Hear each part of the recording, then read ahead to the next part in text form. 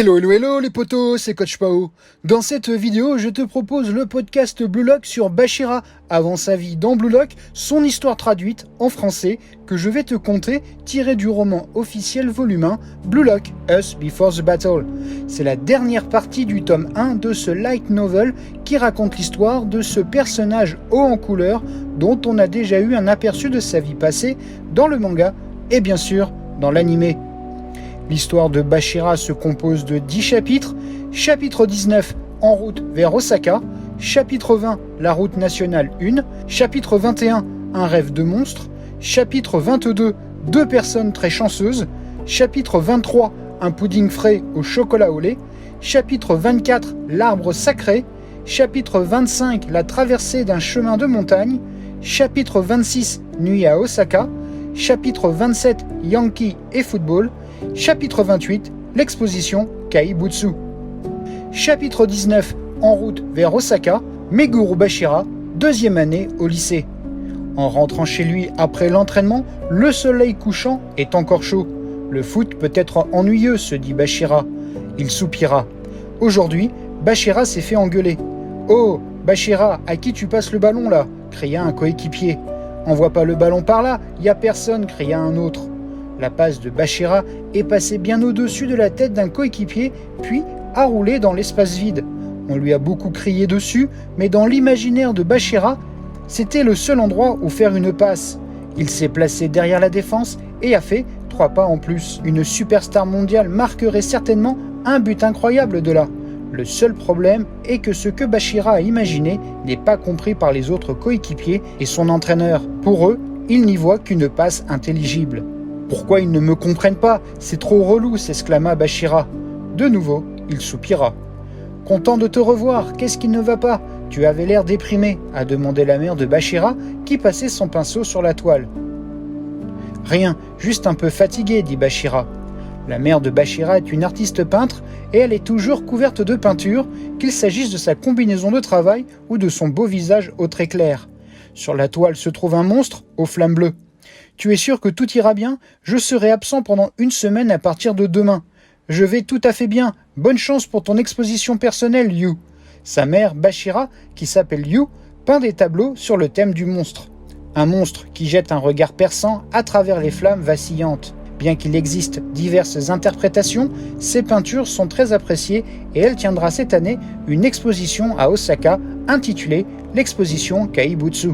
Kaibutsu-ten signifie littéralement l'exposition de monstres, mais Kaibutsu semble beaucoup plus cool, donc je le dirai comme ça. Osaka, je veux voir les peintures de Yu. Bachira adore ces tableaux de monstres. C'est les vacances d'été maintenant et il n'y a pas de cours. Il est allongé sur le lit et cherche le trajet Shiba-Osaka sur son smartphone. Après de nombreuses recherches, il a trouvé « Waouh, la route nationale 1 va de Tokyo à Osaka », se dit-il. À sa grande surprise, la route nationale 1 commence à Nihonbashi et se termine à Osaka. Il passe par Kanagawa, Shizuoka, Aichi, Mie, Shiga et Kyoto jusqu'à Osaka. On dit qu'il est basé sur le livre de la période Edo, Tokaidochu Izakurige. Yaji et Kita ont voyagé depuis Edo sur la grande route Edo-Kyoto de la période Edo pour se rendre en pèlerinage au grand sanctuaire d'Ise. Cela signifie-t-il que je peux marcher sur la route nationale 1 jusqu'à Osaka ? Se demande Bachira. Non, ce n'est pas si simple. La route nationale 1 s'étend sur 730 km avec des montagnes et des vallées. Il existe de nombreux cols de montagne réputés périlleux et il a fallu 12 jours à ce couple comique pour atteindre Yokaichi dans la préfecture de Mie, depuis Edo. Cependant, dans l'esprit de Bachira, une route directe vers Osaka avait déjà été tracée. « J'ai une bonne idée » se dit-il. Le lendemain matin. « S'il te plaît, reste à la maison pendant 1 semaine, d'accord ?» demande sa mère. « Oui, je le ferai. Prends soin de toi » affirma Bachira. Bachira dit au revoir à Yu avec un sourire. Après avoir vérifié qu'elle était loin, il se prépara rapidement à sortir. Il mit son sac de couchage, son portefeuille et son téléphone dans son sac à dos. « D'accord, maintenant on est prêt » cria Bachira. Il ne reste plus que le ballon et c'est tout ce qu'il a. En dribblant, il file à Osaka. Il a jonglé avec le ballon et Bachira prit la route quittant sa maison à Shiba. « Allons d'abord à Nihonbashi, point de départ de la route nationale 1, se dit-il. Les vacances d'été de Meguro Bachira, son voyage de dribble commença. Chapitre 20, la route nationale 1. Le point de départ de la route nationale 1 est un monument appelé Nipponkoku Doro Genpyo, à Nihonbashi, ville de Shuo, Tokyo. C'est le repère du kilomètre zéro au milieu du pont Nihonbashi à Tokyo. Oh, c'est donc ici que commence la route nationale? Bien, ça devient amusant, se dit Bashira en souriant. Après avoir pris le train depuis son domicile à Shiba, le soleil et la température étaient assez élevés à son arrivée, mais l'excitation de Bashira était toujours aussi forte. Avec un enthousiasme renouvelé, il frappa dans le ballon au milieu des gratte-ciel dans cette grande ville, dribblant avec aisance face à un homme d'affaires. « Je vais continuer à avancer à toute vitesse, de tout mon corps », s'encouragea Bashira. Tout en regardant le panneau de signalisation bleu indiquant route nationale 1, il s'élance vers les accès de Shuodori à Etiai-dori, puis à Sakurada-dori. Entre-temps, Bashira s'amusa à gagner une course contre un beau gosse à trottinette électrique et il devient fou d'excitation lorsqu'il vit la tour de Tokyo. « Oups, ennemi droit devant », se dit Bashira. Face à lui, sortant de la station de métro, des foules de gens sont sortis et il a ralenti. Une jeune femme qui distribuait des mouchoirs avait un positionnement et un timing parfait qui n'interrompait pas le flux de gens. Et elle offrait des mouchoirs en disant « S'il vous plaît, prenez ceci ». Elle portait une mini-jupe rouge vif et une chemise jaune, des mêmes couleurs que le bar karaoké voisin. Ouch, le bruit d'une bousculade. Un homme avec un téléphone portable à la main l'a cogné par derrière. Elle recula et des mouchoirs s'échappèrent du panier qu'elle tenait à la main. En mode slow motion, les mouchoirs promotionnels pour le bar karaoké sont projetés dans les airs, mais tous ont été rattrapés avant de toucher le trottoir. Bashira a saisi 2 mouchoirs dans sa main droite et un dans sa main gauche. De plus, un est placé sur sa cuisse et un autre sur le bout de son pied. « Oh, mes mains! Oh, eh bien tant pis, voici, dit Bashira. Il remit les mouchoirs dans le panier que tient la jeune femme. « Ah, merci, dit-elle. » La jeune femme, en pleine métropole, a ce regard sidéré. Hein? Est-ce de la magie, un miracle, une capacité psychique, pensa-t-elle. Elle ne savait pas vraiment ce qui s'était passé, mais de toute façon, elle était sauvée. Et surtout, « Oh mon Dieu, mais ce gamin n'est-il pas super mignon ?» murmura-t-elle. Il a de grands yeux et un grand sourire sans aucune méfiance. Ses cheveux rebelles et sa frange droite lui donnent un air plus innocent que jamais. La jeune femme, Enji Yoshiko, 24 ans, a un faible pour les hommes plus âgés facilement dociles, mais ce sourire avec ses yeux pétillants l'ont fait craquer. « Hé, attends !» cria-t-elle. Elle arrête Bashira qui s'apprêtait à partir. « Je veux te donner quelque chose, dit-elle. » Mais elle n'avait rien d'autre à offrir. « Désolée, voici des mouchoirs si tu veux, affirma-t-elle. « Waouh, vraiment? Trop cool, merci !» Bashira l'accepte avec joie. Ces mouchoirs sont gratuits, mais ce sourire n'a pas de prix. « Ouais, je peux encore faire de mon mieux, dit Engi Yoshiko. Cela fait 3 ans qu'elle a quitté Aomori pour Tokyo pour devenir actrice. Elle a échoué à toutes les auditions qu'elle a passées et n'a joué que quelques rôles mineurs dans la compagnie de théâtre à laquelle elle appartient. Son cœur est complètement brisé, mais elle n'arrive pas à se décider à retourner dans sa ville natale, alors elle prend un travail à temps partiel. Mais aujourd'hui, grâce à ce mignon garçon, elle a la motivation de vivre. « S'il vous plaît, prenez ça, que diriez-vous d'un karaoké ?» lui demande-t-elle. Le lendemain, Yoshiko auditionna pour sa compagnie de théâtre et remporta son premier rôle principal. Yoshiko a déclaré « Le pouvoir de ce garçon mignon est formidable » et elle a dû être profondément reconnaissante envers Bashira. Ignorant le pouvoir de confiance qu'il avait donné à la jeune femme, Bashira a continué sur la route 1. Bientôt, les gratte-ciel ont disparu et les condominiums et la verdure ont commencé à se développer.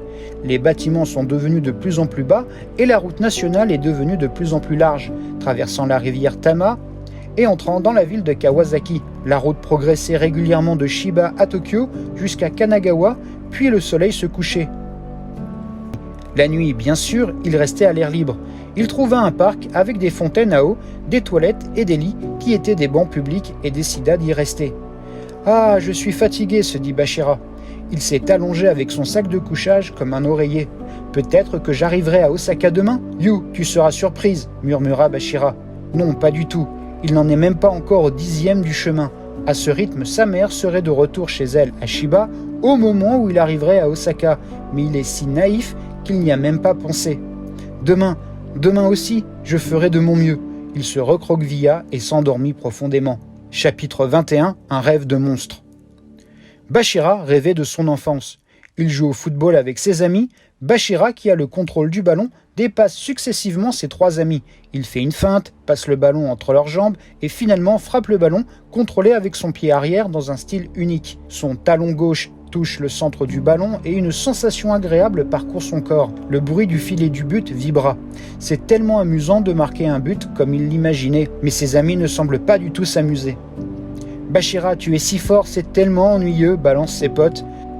Arrêtons de jouer au football, rentrons à la maison et jouons à des jeux. Pourquoi ? Pourquoi disent-ils cela ? S'interrogea Bachira. Tout le monde doit juste ne faire qu'un avec le ballon. Vous pourrez alors réaliser des matchs incroyables. Rien de plus amusant que de jouer au football. Tous les 3 font des grimaces du genre « Qu'est-ce que c'est que ça ? Tu es bizarre, il est plutôt effrayant, ses yeux ne sont pas normaux. Allons-y !» Tout ce à quoi ils pensent, c'est le football. Quel cinglé ! Tout le monde se détourne de lui. Je ne suis pas bizarre, cria Bachira. Il ressentit une pointe de frustration. Boum ! Avant qu'il ne s'en rende compte, il avait décoché un coup de pied sauté sur le visage de son ami. Je ne suis pas bizarre, affirma encore Bachira. Il était tellement frustré et déçu qu'il se soit battu avec eux, mais t'es un ouf toi. Tu penses que tu peux nous battre 3 contre 1 ? Ouais, attrape-le. Ils lui ont répondu et l'ont réduit en bouillie. Mais gourou, tu n'es pas bizarre, c'est ce que lui a dit sa mère. N'est-ce pas, maman ? Je sais que ces gars-là ont tort. Eh bien, je ne pense pas qu'ils aient tort. Se battre, c'est mal. Mais c'est juste qu'ils ne sont pas capables de ressentir ce que tu peux ressentir. Elle lui met un pansement collant sur le dessus du nez. Alors, que dois-je faire ? Je veux juste qu'ils jouent au football avec moi. C'est bien plus amusant que de jouer à des jeux. Ils se demandent pourquoi ils ne comprennent pas. C'est admirable, Bachira. C'est merveilleux d'avoir quelque chose en quoi on veut croire. Vis simplement ta vie en y croyant. Sa mère sourit joyeusement et lui tapota doucement la tête. Quand les gens deviennent adultes, ils veulent croire, mais ils oublient comment. Donc si tu fais semblant de ne pas l'entendre, finalement tu arrêtes d'écouter et donc d'y croire. Devant sa maman se trouve une grande toile. Ce en quoi tu essaies de croire est une chose si éphémère et si précieuse à la fois. Sur une toile comme sur un mur, sa maman passe son pinceau. C'est la voix du monstre dans ton cœur. Moi aussi j'ai toujours fait confiance à cette voix. Il y avait un monstre, comme une flamme vacillante dans l'obscurité, comme un panache de fumée montant, un monstre bleu et noir. C'est le monstre à l'intérieur de maman. Alors, quel genre de monstre est en moi ? Se demanda Bachira. Le petit Bachira joue à nouveau au foot, mais il n'a plus d'amis. Lorsqu'il pose le ballon au sol, une flamme bleue et noire apparaît. C'est le monstre. Le monstre vient voler le ballon. Il fait rouler la balle vers l'arrière. Le monstre poursuit le ballon plus loin. « Nia, par ici !» cria-t-il. Le ballon rebondit légèrement entre ses jambes. Il tourne puis s'arrête. Jouer au football avec le monstre est tellement amusant. Sa mère lui dit que ce monstre était son ami imaginaire, un ami que personne d'autre ne peut voir, rien que pour lui. Même s'ils disent que c'est bizarre, le monstre jouera au football pour lui. C'est pourquoi c'est beaucoup plus amusant. Bachira, dans son rêve, devient lycéen. Nia, par ici ! Il joue au football avec un monstre depuis longtemps, car seul ce monstre comprend ce qu'imagine Bachira. Cependant, Bachira dort sur le banc avec un visage innocent endormi, en suçant son pouce. « Maman, j'en veux un. Je veux un vrai ami avec qui je peux m'amuser en jouant au football, » murmura-t-il. Chapitre 22. 2 personnes très chanceuses. Le lendemain matin, un bruit sourd retentit. Il a été réveillé par le bruit d'une conduite brutale. Un camion était garé sur le côté du parc et un jeune homme avec une serviette blanche enroulée autour de la tête, qui semblait être le conducteur, se précipitait vers les toilettes. L'air désespéré sur son visage révèle d'une envie pressante et naturelle, tandis que Bachira s'étire. Il a l'impression d'avoir fait un rêve, mais il ne se souvient plus de quoi il s'agissait. Il fait beau et il semble qu'il fera encore chaud aujourd'hui. « Oh, allez !» s'encourage-t-il. Il s'est levé et a tapé dans le ballon lorsqu'il a entendu un cri venant des toilettes. « Ah, du papier ! Il y en a, pas de papier !» « Papier ?» se dit Bachira. Soudain, il fouille dans ses poches. Il en a plusieurs. Ce sont les mouchoirs que lui a donnés hier la jeune femme. C'est donc ça que signifie n'avoir ni Dieu ni Bouddha. Bachira dit « Si cela ne vous dérange pas, prenez ceci. » Puis, il a jeté un des mouchoirs par le haut à l'homme qui hurlait de douleur dans la cabine des toilettes. « Hein ? Pour de vrai ? Merci beaucoup. Bon sang, j'ai tellement de chance. » Bachira était également en train de faire ses besoins à l'urinoir lorsqu'il entendit un bruit d'eau tirée et qu'un homme en sortit en cliquetant et en serrant sa ceinture. « Tu es un dieu, merci !» Il a ensuite serré la main de Bachira. À propos, aucun d'eux ne s'était lavé les mains à ce stade. L'homme était extrêmement amical, ouvert d'esprit et parlait beaucoup. « Ah, tu m'as sauvé. J'ai soudain eu mal au ventre. C'était sur le point de sortir quand j'ai trouvé les toilettes dans le parc. Juste au moment où je crois que je suis sauvé, cette fois, il n'y avait pas de papier. Merci beaucoup. Alors, est-ce que tu fais des activités en club maintenant? C'est beaucoup de travail sous la chaleur. » Non, je dribble vers Osaka. L'homme fait un drôle de visage. Sérieusement? Ouais, à bientôt. Les yeux purs montrent à quel point il est sérieux. Vers Osaka, dribbler vers Osaka. Attends, dit le jeune homme indisposé. Il arrêta Bashira qui avait déjà commencé à dribbler. Je vais te conduire à Nagoya. L'homme a pointé du pouce son camion. J'ai de la chance, mais tu as de la chance aussi. J'étais juste en route pour Nagoya. C'est le destin, n'est-ce pas? Il s'agit d'un raccourci sur la route nationale 1 jusqu'à la préfecture d'Aichi. L'homme s'appelle Hanashika Kazuya, 28 ans. Il était chauffeur de camion en route pour Nagoya pour livrer des marchandises. Le camion a accéléré en entrant sur l'autoroute. « Au fait, mon garçon, quel est ton nom ?» Bashira Meguru, lycée de 2e année. « Je vois, je m'appelle Hanashika, je t'ai invité ici tout seul, mais n'as-tu pas appris que tu ne devais pas suivre un étranger ? Eh bien, à première vue, je suis un gars sympa. Vous n'êtes pas quelqu'un d'inconnu, n'est-ce pas ? T'es pas le type du duo Dangit, par hasard ?» Hanashika a été ému par les paroles de Bashira. Le camion a tremblé violemment et a fait un écart dans la voie suivante. S'il n'y avait pas eu une autoroute avec peu de trafic, ils avaient de fortes chances qu'ils finissent morts. « Oh, êtes-vous un de mes fans par hasard ?» Ses mains tremblent alors qu'il saisit le volant. « Non, je ne le suis pas, » dit Bashira. Il nie immédiatement avec un sourire. « Je pensais juste t'avoir déjà vu quelque part, et puis j'ai vu ça sur le tableau de bord. » Là, au-dessus des cartes et des magazines, se trouvait un dépliant pour un concert live. Parmi les photos de plusieurs comédiens, il y a un duo comique dans leur style loufoque de costumes blancs et de nœuds papillons dorés brillants. Bien que l'impression soit totalement différente de celle d'aujourd'hui, celui avec la tête était bien Hanashika du duo comique Mansai qui s'appelle Dang It. Vous voyez, j'ai arrêté d'être comédien. Le visage de Hanashika se déforma en un air maussade. Dang It était un duo comique qui ne se vendait pas bien et Hanashika était chargé d'être le Tsukomi. Mais il y a un an, son partenaire qui était chargé d'être le bokeh ou l'homme drôle et leur scénario s'est saoulé et a écrit des choses négatives sur de grandes célébrités sur Twitter, provoquant un énorme bad buzz. En tant que duo, Hanashika a également dû s'excuser, mais leur conférence de presse d'excuses a suscité encore plus de controverses en raison des excuses téléphonées. Bashira se souvenait de cette polémique. « Oublie ça, tu veux ?» Hanashika tendit la main et froissa le dépliant du concert live qu'il avait sauvegardé à contre-cœur. Dans le monde de la comédie, seuls quelques chanceux survivent. Je n'ai pas eu cette chance, dit-il. Ce scandale enflammé est survenu juste au moment où il commençait à trouver du travail en tant que comédien. Depuis son enfance, il a toujours été frimeur et aimait faire rire les gens. Il avait toujours rêvé de devenir comédien et d'apparaître à la télévision. Ce rêve s'est réalisé de la pire des manières, il n'a que des regrets à propos de cette conférence de presse d'excuses. J'ai eu tellement peur qu'il a exposé son apparence misérable et pathétique au pays tout entier.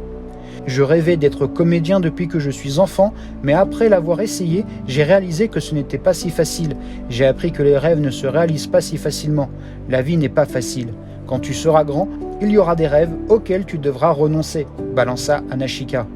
Sa voix devient plus faible à mesure qu'il marmonne, si seulement son partenaire ne s'était pas saoulé et n'avait pas fait ça à ce moment-là.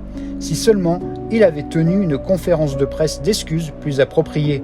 Si seulement il s'était sérieusement retenu lorsque son partenaire lui avait dit qu'il arrêtait. Mais tu sais quoi ? Si seulement j'avais plus de chance, alors peut-être maintenant. Il regarda sur le côté et vit que Bashira regardait une vidéo sur son téléphone. « Tu n'écoutais pas, dit-il. Tellement drôle, ce comédien populaire. Tu as peut-être un joli visage, mais tu es un peu un démon, n'est-ce pas ?» Bashira éclatait de rire devant la vidéo. « Ah, au fait, quel est ton rêve ?»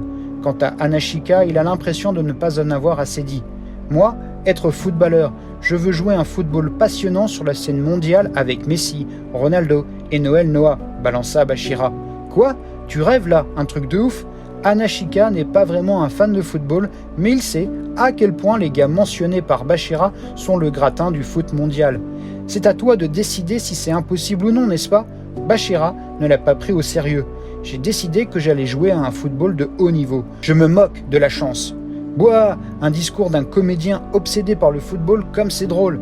Bashira a semblé trouver la vidéo plutôt amusante et n'a pas quitté son téléphone des yeux. Tu as trop l'esprit libre, n'est-ce pas ? Hanashika était étonné mais se souvenait de lui avant. On lui avait également dit qu'il était impossible pour lui de devenir comédien. Mais j'ai ignoré ce qu'il disait et j'ai continué, marmonna-t-il. Tu vas quitter l'université pour devenir comédien? Tu es sérieux? Tu sous-estimes le monde, tu dois faire face à la réalité. Même si ses amis se moquaient de lui, même si ses parents lui faisaient la morale, il serrait les dents et travaillait dur. Il n'aurait jamais pensé qu'il se tournerait vers la critique des rêves des autres de la même manière. C'est pathétique. C'est à toi de décider si c'est impossible ou non. C'est un bon point. Très bien, je t'achèterai du miso-katsu à Nagoya, affirma Hanashika.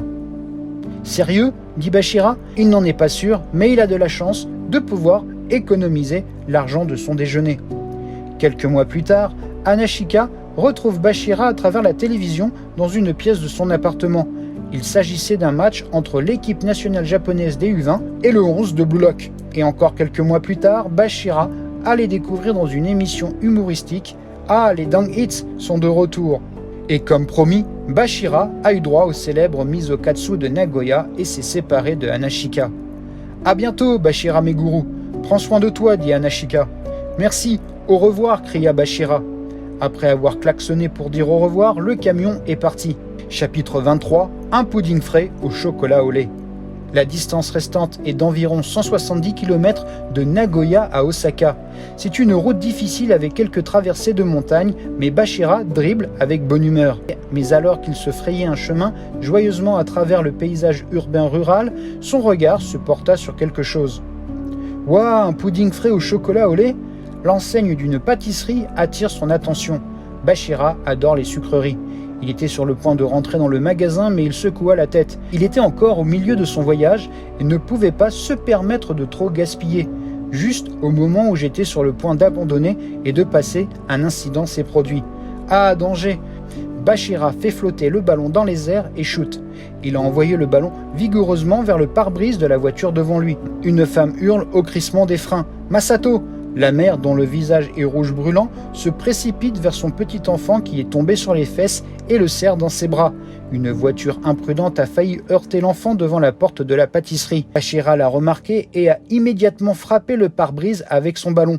Grâce à cela, le conducteur l'a remarqué et l'enfant a échappé à un grave accident. « Maman, ce grand frère avec le ballon m'a sauvé !» L'enfant, embrassé par sa mère, montra Bashira. « Merci, merci beaucoup !» La mère s'est inclinée à plusieurs reprises avec son enfant. « S'il te plaît, mange ça si tu veux. » Il n'avait pas l'intention de le faire, mais elle lui tendit avec force un sac en papier pour le remercier. « Ce grand frère est génial. Moi aussi je veux jouer au football. N'est-ce pas, maman? Oui, le football c'est génial. » Les parents et son enfant rentrent chez eux main dans la main. Le garçon dont Bashira a sauvé la vie deviendra plus tard un célèbre écrivain pour un magazine de football, mais il ne le sait pas encore. Et puis, est-ce que ce sac en papier vient de cette pâtisserie? À l'intérieur se trouvait du pudding frais au chocolat au lait. Il s'est rendu immédiatement dans un parc voisin pour faire le plein de sucre. « Miam !» se dit Bashira. La douceur du pudding faisait palpiter ses sens de la tête aux pieds. Mais 3 puddings, c'est beaucoup. C'est l'été, donc ça va bientôt se gâter et il ne veut pas les jeter. Ça a l'air délicieux, hein? Avant qu'il ne s'en rende compte, un élève du primaire, apparemment sur le chemin du retour de l'école secondaire, se tenait devant lui. Avec des lunettes à monture noire, il a l'air petit et sérieux, c'est le genre de garçon qui étudie beaucoup. Il devait être très fatigué, il se pencha et regarda le pudding au chocolat au lait avec des yeux de poisson mort. « Tu en veux, garçon à lunettes ?» demanda Bashira. Lorsque Bashira sourit, l'élève du primaire hocha la tête, bien qu'hésitant. Il s'est assis à côté de lui. « Merci beaucoup, dit-il. » Il est en 5e année, Ryo Arikita. Normalement, il ne ferait pas une chose aussi folle que d'accepter de la nourriture d'un étranger, mais il était tellement épuisé qu'il ne pouvait pas prendre une décision aussi normale. Rapidement, il porte le pudding dodu à sa bouche. « Ah, c'est bon, c'est bien, n'est-ce pas? Je viens de l'avoir d'un inconnu plus tôt, » explique Bashira. Il se sentit soudain anxieux, mais il ne put résister à la douceur. Ryo adore les sucreries. Alors qu'il mangeait le pudding comme s'il le buvait, le sucre était absorbé par son cerveau, épuisé par les études, et son taux de sucre dans le sang augmentait, lui donnant plus d'énergie. « Je vois, dribbler vers Osaka, c'est incroyable pour quelqu'un d'aussi jeune, » dit le jeune enfant. « Incroyable, vraiment ? » « Ouais, balance Bashira. Il s'agit d'une conversation entre un élève mature du primaire et un lycéen candide. « Je t'envie. Je veux aussi faire quelque chose d'incroyable comme ça. Pourquoi ne le fais-tu pas » dit Bachira. « Je ne peux pas le faire pendant les vacances d'été car j'ai des cours de rattrapage tous les jours du matin au soir, raconte Rio à Rikita. Tu bosses du matin au soir, oh galère, dit Bachira. Lorsque Bachira est surpris, Rio semble abattu. Je ne peux pas non plus aller à l'école secondaire, dit le jeune garçon. Mais tu ne veux pas y aller, mais tu y vas tous les jours, tu es bizarre, balance Bachira. De découragement, il était abasourdi. À bien y penser, pourquoi est-ce que je vais à l'école secondaire, murmura Rio Hirikata. C'est parce que sa mère le lui a dit, mais c'est la première fois qu'il remet cela en question. Ce sont des vacances d'été ennuyeuses. Il veut faire quelque chose d'incroyable, comme ce grand frère. Après tout, ce sont les vacances d'été. Je vais y aller, dit Bachira. Waouh, attends, dit le jeune de primaire. Rio voulait parler un peu plus à ce grand frère. Et si ça ne te dérange pas, pourquoi ne restes-tu pas chez moi? Je vis dans une auberge thermale, tu peux rester secrètement dans une chambre futon et profiter de prendre un bain dans la source chaude. Je pense que c'est mieux que de dormir dehors. Source chaude? J'y vais direct, s'exclama Bachira. Ainsi, Bachira a obtenu un endroit pour passer la nuit. Chapitre 24, l'arbre sacré. Le lendemain matin, Rio l'a guidé pour se faufiler par la porte arrière de l'auberge thermale. Rio lui a préparé la literie, le bain et le repas afin que sa famille ne le sache pas. C'était une mission difficile, comme s'il avait pris un chien errant et l'avait caché à ses parents. Mais Rio a réussi. Si ça ne te dérange pas, j'ai ça, dit Rio. Il lui tend un sac en papier qui ressemble à un souvenir. Moi j'ai fait ces muffins, j'aime manger et faire des friandises. Mais je ne sais pas s'ils sont bons ou pas, expliqua-t-il à Bachira. Rio avait l'air timide et se gratta la joue avec son index. « Miam, c'est si gentil, dit Bachira. Il le mange déjà, s'interrogea Rio.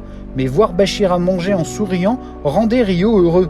Influencé par Bachira, Rio essayait de préparer des muffins dans la cuisine de leur auberge hier soir, au lieu de faire ses devoirs extrascolaires. C'est peut-être une petite chose comparée au dribble de Bachira, mais ce fut une grande aventure pour Rio de ne pas faire ses devoirs. Laisser ce grand frère rester chez lui sans le dire à ses parents, sans faire ses devoirs et préparer des muffins. Il était nerveux, anxieux et coupable. Cependant, je suis content de les avoir faits, se dit-il. Pour la première fois, Rio savait à quel point il était heureux quand quelqu'un mangeait sa nourriture si délicieusement. « Maintenant, s'il te plaît, fais de ton mieux, balança Rio. « Au revoir, dit Bachira. » Après cela, Rio s'est vraiment lancé dans la pâtisserie. Il a demandé à sa mère de réduire ses cours de rattrapage et a confectionné plein de friandises pendant les vacances d'été. Finalement, son passe-temps s'est développé au point où il a commencé à préparer des desserts à servir à l'auberge qui sont devenus le sujet de conversation de la ville et il faudra longtemps avant que l'auberge ne devienne populaire en tant qu'auberge de sources chaudes et sucrées avec un célèbre pâtissier. Maintenant, sous le soleil d'été, Bachira entra dans Mi depuis Aichi. Il fait tellement chaud, se plaigna Bachira. Il faisait une chaleur torride, pourtant il continuait son chemin, traversant champs et montagnes. « Ouf, je n'en peux plus » soupire-t-il. Il arrêta son ballon, puis posa ses mains sur ses genoux.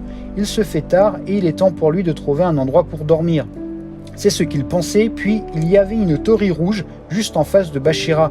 C'était un sanctuaire. « Pardonnez mon intrusion » dit-il. C'était petit et vieux et il ne semblait y avoir personne et il y avait des bancs dans le parc. Un grand arbre avec beaucoup de feuilles est enveloppé dans une corde Shimenawa. Ceci est l'arbre sacré de ce sanctuaire. Il a décidé de rester ici aujourd'hui. Une fois que c'était décidé, il est temps de payer une visite. Il fit une offrande d'argent puis frappa dans ses mains en signe de prière. J'aimerais jouer au football avec Noël Noah, Ronaldo et Messi. Ah, et aussi Benzema et Mbappé. Mais c'était un peu trop demandé avec seulement 10 yens. Puis, tard dans la nuit, on entend un léger bruit de cailloux sur lequel on marche.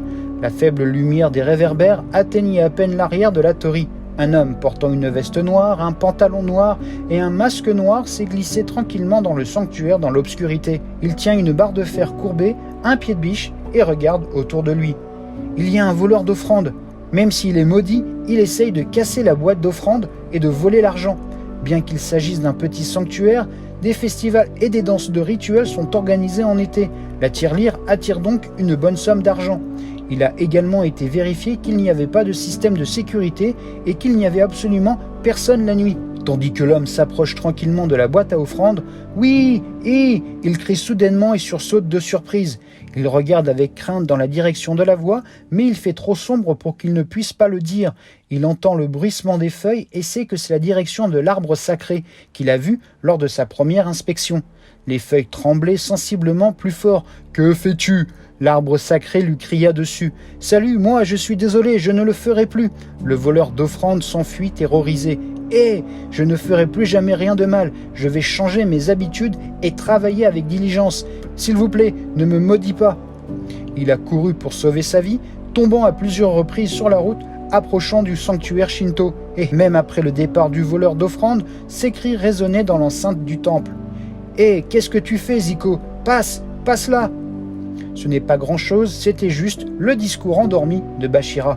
Tôt le matin, Bashira s'est réveillé au chant des oiseaux rassemblés autour de l'arbre sacré. C'était une autre belle journée. « Qu'est-ce que c'est que ça ?» se demanda-t-il.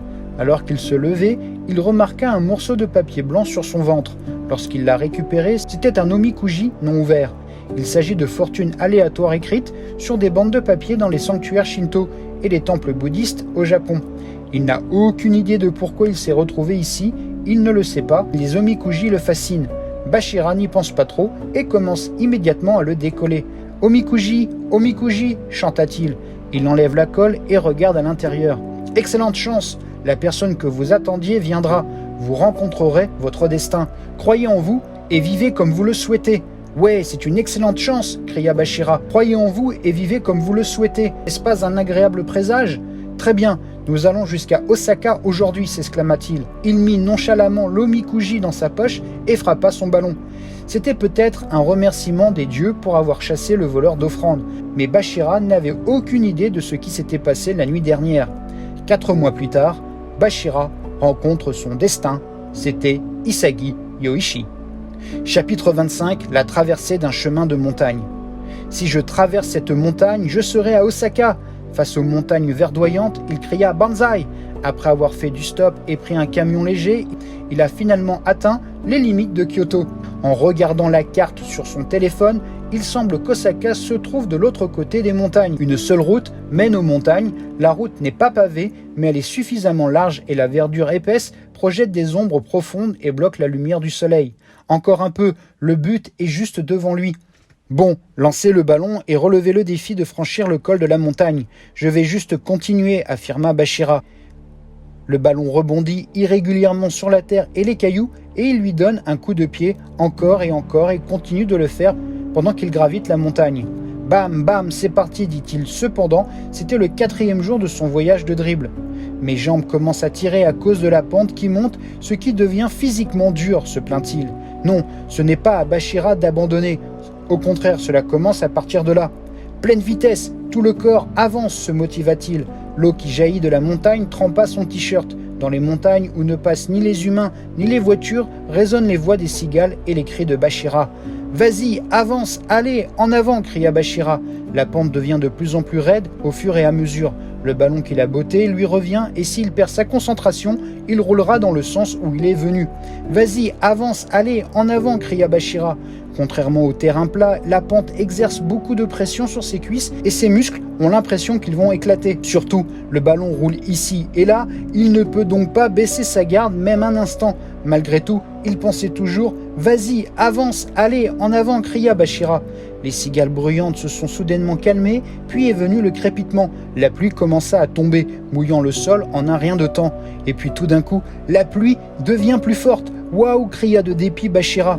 C'est comme s'il s'agissait d'une bourrasque. Il était trempé de la tête aux pieds et une rivière se formait autour de ses pieds. Ah! Il ouvrit la bouche pour boire beaucoup d'eau. Cela faisait du bien de rafraîchir son corps brûlant. Ça faisait du bien, mais il a des ennuis. La balle ne roule pas du tout à cause de la résistance de l'eau qui coule le long de la pente. Mais c'était la première fois qu'il jouait sous une telle averse. Même s'il frappait fort la balle lourde, elle ne roulerait tout simplement pas bien. Si le ballon ne roule pas, alors c'est tout. Ne le pose pas par terre, se dit-il. Bashira pensa à faire un coup de pied fort, puis se précipite juste avant que la balle flottante ne touche le sol. Il donne un nouveau coup de pied, il se précipite et donne des coups de pied à grande vitesse à plusieurs reprises, soulevant et dribblant. « Belle idée !» se dit-il. L'averse bloquant la vue, son corps trempé et lourd, ses jambes au-delà des limites de la fatigue. Ces pires conditions sont la raison de sa concentration maximale. Soulever et dribbler le ballon lourd vers l'avant et encore vers l'avant. Dans les montagnes reculées, seul dans une bataille contre la pluie. Je ne vais pas perdre, s'encouragea Bachira. Finalement, la pluie a commencé à s'atténuer. Avant qu'il ne s'en rende compte, la pente s'adoucit progressivement. Enfin, se dit-il. Aussitôt, la vue s'ouvrit, les arbres s'écartèrent et il put voir le ciel lumineux et la ville au loin. Il est au point culminant du col. Il était tellement ému qu'il ne s'en rendit compte que trop tard. Il y avait une énorme grenouille sous ses pieds, un crapaud brun clair et verruqueux. S'il ne fait pas quelque chose, il va marcher dessus. Il évita rapidement le crapaud. L'élan a fait perdre l'équilibre à Bachira et il s'est enfoncé dans l'herbe au bord de la route. Et Bachira se fit un peu mal en chutant. La grenouille saute comme si de rien n'était. Bachira est recouverte d'herbe boueuse. C'est le pire. « Ah, je vais faire une petite pause, pensa-t-il. Le pire, c'est qu'il est éclaté au sol. Des gouttelettes d'eau coulaient des feuilles des arbres, mais la pluie semblait s'être arrêtée et des nuages blancs flottaient dans le ciel. Il y a quelque chose dans sa main. Il semble s'être accroché lorsqu'il a touché le sol. Doucement, il ouvrit sa paume et vit. Waouh, waouh! Il y avait un gland qui avait une forme vraiment cool. C'était le gland le plus lisse, le plus brillant, le plus gros et le meilleur qu'il ait jamais vu de sa vie. Chanceux, je chérirai ça, se dit-il. Il le met dans sa poche et se lève gaiement. Il ramasse le ballon et lève les yeux vers le ciel après la pluie. Quelque chose d'encore plus étonnant se produisait. « Waouh, c'est génial !» cria-t-il. Il y avait un immense arc-en-ciel dans le ciel bleu. De plus, c'était un double arc-en-ciel avec un petit arc-en-ciel à l'intérieur de l'immense arc-en-ciel. « Eh, chanceux !» rigola-t-il. « Une excellente chance, un gland sympa et un double arc-en-ciel. J'ai l'impression que quelque chose d'incroyable est sur le point de se produire, pensa-t-il. Chapitre 26, nuit à Osaka. Au moment où il traversa les montagnes, le soleil était complètement couché. « Je l'ai fait, je suis à Osaka !» cria-t-il. Mais Osaka est une grande ville et son téléphone avait plus de batterie. Il ne pouvait donc pas utiliser la carte ni appeler sa mère, Yu. De toute façon, s'il y a de l'électricité, il doit y avoir du monde, se dit-il. Il continua son chemin en s'appuyant sur les lumières, des lumières dans les champs, aux lumières des quartiers résidentiels, en passant par les lumières des bâtiments. Alors qu'il se dirige vers les lumières les plus brillantes, il tomba sur « Waouh !» 2 heures plus tard, il arriva à cet endroit brillamment brillant. C'était si flashy qu'on aurait dit que la ville elle-même émettait des lumières. Devant lui se trouvait le fameux panneau Glico. Oui, c'est Dotonbori. L'odeur du takoyaki et de l'okonomiyaki flotte dans les airs et le puissant dialecte d'Osaka s'entend de partout. Comme c'est intéressant, pensa Bachira. Il y a cette dame aux vêtements très révélateurs, puis cet ivrogne et aussi un crabe géant en mouvement. C'est très amusant, c'est excitant, mais ce n'est pas que du plaisir et des jeux. Demain matin, il doit commencer à chercher un lieu pour l'exposition Kaibutsu de Yu, sa mère, donc il doit trouver un endroit où dormir. Je me demande s'il y a un endroit où je peux dormir, s'interrogea-t-il. Après Dotonbori, le centre-ville s'est transformé en un quartier de bureaux et plus loin en une rue commerçante avec des magasins fermés. La zone devenait de plus en plus déserte et avant qu'il ne s'en rende compte, l'atmosphère souterraine d'Osaka devenait de plus en plus épaisse. Il y a quelque chose. Dans le coin d'un petit parc, 3 vieillards faisaient une beuverie. « Que boire après le travail, ça pénètre dans tout mon corps. Tu ne travailles pas du tout, dit un vieux. « Wahaha !» rigole un autre. « Se pourrait-il qu'ils soient sans abri ?» se demanda Bachira. Ils utilisent des cartons et discutent joyeusement avec une tasse de saké à la main. Il les regarda de côté alors qu'ils passaient. « Ah, les voici, je ne te laisserai pas partir aujourd'hui. J'ai croisé un groupe de 4 Yankees qui ressemblaient à des lycéens venant de la direction opposée. Tous avaient des feux d'artifice de fusée à la main et riaient. C'est « Wouch !» La tasse de saké explosa, renversant le petit et gros vieil homme. « C'est un succès! Continuez à venir, tir de fusée !» Ils ont pris pour cible les hommes sans abri et leur ont tiré dessus avec des feux d'artifice. « C'est encore vous, les gars! Pourquoi est-ce que tu nous tires dessus? Qu'est-ce que vous avez contre nous, idiots ?» Les vieillards criaient, mais ensuite bang, bang, bang. Ils tirent des feux d'artifice en succession rapide. « Ah, il fait chaud !» Un panache de fumée blanche a rempli la zone et des cris ont éclaté. « Bouahaha !» D'accord, ensuite se sont amusés de voir les vieillards courir partout, alors les Yankees ont essayé d'allumer davantage de feux d'artifice. « Merci. Qu'est-ce que... » La balle a frappé le Yankee avec le briquet au visage. « Il ne faut pas diriger des feux d'artifice sur les gens, » affirma Bachira. Frappant légèrement le ballon qui revenait, Bachira le pointa du doigt. « Qu'est-ce que tu es avec eux ?» dit l'un des Yankees. « Le blond qui a été touché au visage avec le ballon le regarda tout en se bouchant le nez. « Hein ? Suis-je avec ces vieillards sans abri ?» se demanda Bachira. Alors lorsqu'il se regarda de nouveau, il vit qu'il était couvert de boue et qu'il était entièrement sale. « C'était mon t-shirt préféré. C'est un peu déprimant, pensa-t-il. » Puis, un gros coup de poing d'un Yankee macho est venu sur lui. Il l'esquive sans effort. Le macho chancelle. « Je ne cherche pas la bagarre, je te dis d'arrêter avec les feux d'artifice, espèce de stupide macho !» cria Bachira. « Qui traites-tu de macho stupide ?» balança le Yankee. « Attention, gamin !» cria le vieil homme. « Cognez, il va y avoir un autre homme derrière lui !» Bachira a été touché et est tombé à genoux. Chapitre 27, Yankee et football. Lorsque Bachira s'effondre, son ballon roule. Quel faible, ouais, je pense pas que tu puisses nous battre 4 contre 1. Il reçoit un coup de pied dans le dos avec un bruit sourd. Aïe, cria Bachira. Alors que Bachira se mit au sol, en lui tenant la tête, dans la direction opposée aux Yankees, une flamme noire bleuâtre est apparue. Sa bouche s'ouvrit jusqu'à l'oreille, souriant largement. C'est le monstre. Il n'a pas joué une seule fois au football avec le monstre depuis qu'il s'est lancé dans ce voyage de dribble. Hé hé, tu veux jouer ici, dit le monstre. Bachira, qui était à 4 pattes, se mit soudain à rire et les Yankees restèrent perplexes. « Hé, ne ris pas » dit l'un des Yankees. Au moment où le macho de tout à l'heure a reculé sa jambe pour donner un coup de pied à Bachira, le monstre a fait un signe. « Ouais, coup d'envoi » dit Bachira. Il se releva rapidement et commença à courir vers le ballon. « Tu t'enfuis, hein ? Attends, hé hé » pensa un Yankee. Il a gardé le ballon et s'est rapidement tourné vers les Yankees. « Non, ne t'enfuis pas, tu ne vas pas t'en sortir !» Il passe le ballon entre les jambes des Yankees. « Waouh ! De cette façon, non, par ici. D'accord, je l'ai eu, mais je ne peux pas le retenir, balance Bachira. Il a balancé son corps pour sortir de la défense, puis a de nouveau gardé le ballon. Être entouré de 4 joueurs était un défi. Cependant, Noël Noah pourrait facilement y parvenir avec facilité. Contrôlant le ballon petit à petit, il esquive les 4 joueurs les uns après les autres. Voici une feinte de rotation. Viens en rond. Bon, l'image lui vient si soudainement et il s'amuse beaucoup. Les Yankees se sont sentis un peu fous lorsque Bachira s'est soudainement mis à jouer au football. Il rit parfois en dribblant. C'est assez effrayant. Ils n'ont pas pu l'attraper du tout. Merde, allez! La blonde et le macho sont pris à Bachira en même temps. Les deux sont entrés en collision frontale et tous deux sont tombés au sol ensemble. « Je n'ai pas encore fini » dit Bachira.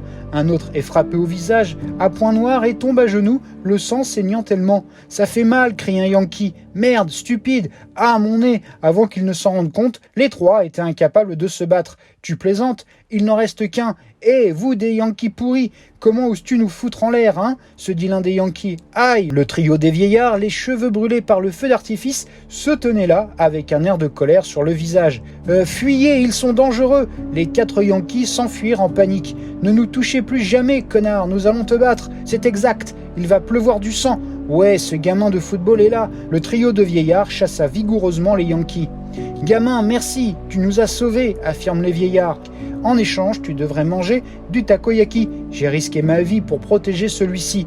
Ne t'inquiète pas, c'est celui que j'ai acheté. » Le petit et gros vieil homme lui offre un carton de takoyaki. Attiré par le takoyaki, Bachira s'assoit sur le carton. Il prend une bouchée. Le takoyaki était froid, mais il était vraiment bon après cet entraînement. Il mangeait ce qu'on lui offrait. « Alors, pourquoi es-tu devenu sans-abri, gamin ?» demande un vieux. « Vous enfuir de chez vous ? Ta mère ne s'inquiète pas pour toi ? Ne gâche pas ta vie ?» demandèrent les vieillards. « Non, en fait, je suis... » Lorsque Bachira expliqua pourquoi il était venu à Osaka, ils rirent tous. Dribbler vers Osaka ? À quel point aimes-tu le football ? C'est stupide. Cela le rend heureux d'entendre que les gens d'Osaka aiment ça. Alors tu aimes le football ? Après avoir bu une tasse de saké, le petit et gros vieil homme demanda « Pas grand-chose. » Bachira met le ballon de foot sur sa tête. « Je veux jouer au football de manière plus amusante. Un football passionnant, mais les autres gars ne me comprennent pas du tout. C'est pourquoi c'est si ennuyeux ces jours-ci. Seul le monstre comprend le football de Bachira. Je ne te comprends pas, hein. Le petit et gros vieillard, comme pour dire « je comprends bien », pose son index sur le bout du nez de Bachira. Il n'y a qu'une solution. Il sourit de manière significative et Bachira se pencha également en avant. La solution est « ne t'inquiète pas pour ça ». Hein ? Apparaît au-dessus de la tête de Bachira. S'inquiéter de ceci et de cela ne servira à rien.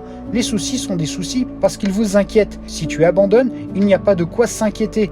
Il a juste laissé un regard vide. Yasu-san, c'est une belle façon de le dire. C'est de la philosophie de la vie.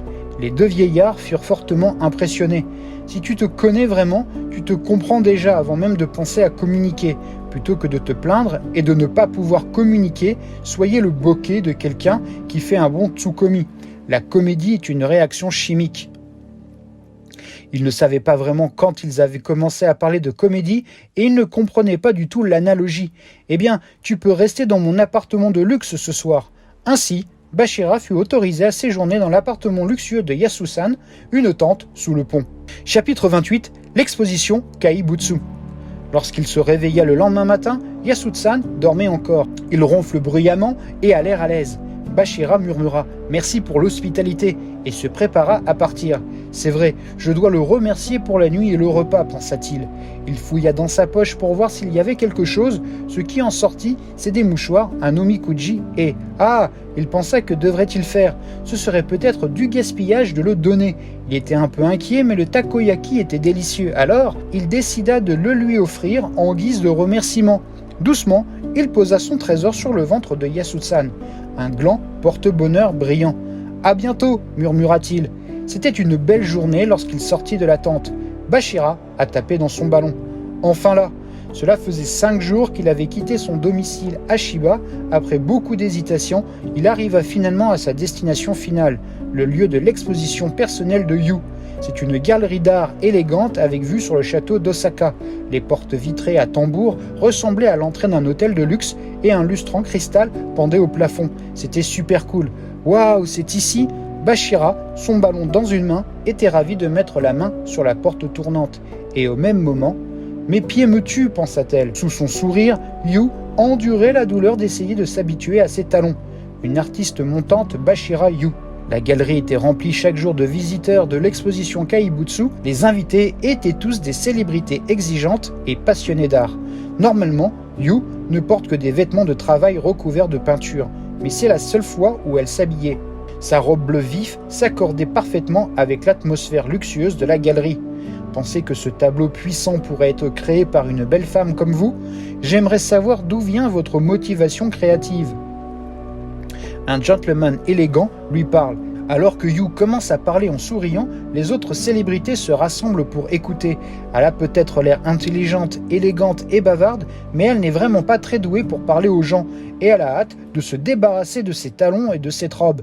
Yu est tellement fatigué lorsqu'une voix familière lui parvient. L'entrée de la galerie est bruyante et les invités s'enfuient. « Mais gourou, je suis venu !» Sa tête était négligée, son visage était sombre à cause des coups de soleil, son t-shirt et son pantalon étaient déchirés par endroits et il y avait un ballon sale à ses pieds. Son fils, qui était censé être à Shiba, est soudainement apparue en lambeaux et elle était trop abasourdie. « Qu'est-ce qui t'est arrivé ?» lui demanda-t-elle. « Tu sais, j'ai dribblé jusqu'ici » affirma Bashira. « Dribblé » s'exclama sa mère. Tous les invités ont incliné la tête. « Qu'est-ce qui se passe avec ce sale garçon ? Pourquoi le ballon de foot ? Pourquoi dribbler ?» La salle est remplie d'une belle atmosphère, mais en voyant le monstre sur une immense toile, Bashira a été rempli d'émotion. « Je suis content d'être venu voir le tableau de Yu après tout.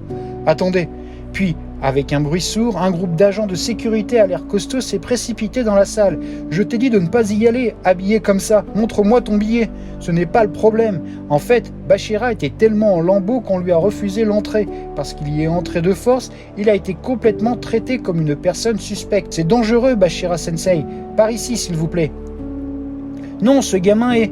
Quand Yu essaye d'expliquer la situation au personnel qui tente de l'évacuer, attention, il y avait des cris et des cris. Un agent de sécurité a tenté d'expulser Bashira et Bashira s'est enfui. De plus, il a dribblé. Une personne suspecte a soudainement commencé à taper dans un ballon de football, provoquant un tollé dans la salle. « Ne t'enfuis pas, tu essaies de m'attraper alors je m'enfuis » cria Bashira. Il tira la langue et dribbla entre les invités pour s'échapper. Waouh! Bashira esquive le tacle du gardien. L'agent de sécurité trébuche et serre dans ses bras une cliente, provoquant de nouveaux cris. La salle était en panique avec les gardes de sécurité qui poursuivaient le rapide Bashira et les invités en fuite. « Assez, Bashira-sensei !» Yu ôta ses talons et courut vers Bashira en fuite. « Prends ça !» Comme on l'attendait de sa mère, elle rattrapa Bashira par derrière d'un seul coup. Elle le serra fort dans ses bras, ne craignant pas que sa belle robe se salisse. « Bashira-sensei a-t-elle attrapé la personne suspecte ?» Les invités et les agents de sécurité ont été surpris. Avec tous les yeux rivés sur elle, Yu rit. « Ha ha ha !» Puis sourit naïvement. « C'est d'accord, c'est mon fils !» balança-t-elle. « Cet enfant sauvage est le fils de Bashira-sensei ?» se demanda la foule. « Même les célébrités ont été surprises. Je suis tellement contente que tu sois venu, dit sa mère. You passe soudain un bras autour de ses épaules. T'es-tu amusé? Interrogé avec un sourire, Bachira acquiesça. 5 jours de rencontres et de séparation avec toutes sortes de gens, de liberté et d'émotion. Oui, le football est tellement amusant, lui dit-il. Voilà, c'était l'histoire de Meguro Bachira avant son entrée dans Blue Lock, mon podcast sur Blue Lock Us Before the Battle, tome 1. C'était donc le dernier personnage de ce premier volume du light novel Blue Lock. Et pour plus d'infos sur les duos comiques dits du Mansai, ça tombe bien, car j'ai fait un short dessus, donc n'hésite pas à regarder qui sont les meilleurs duos comiques dans Blue Lock. Le prochain podcast sera sur Rin Hitoshi, qui ouvrira sur le tome 2 du light novel Blue Lock Us Before the Battle. N'hésite pas à commenter, à t'abonner à la chaîne, ça fait toujours plaisir. Panenka et sombrero. Allez, ciao!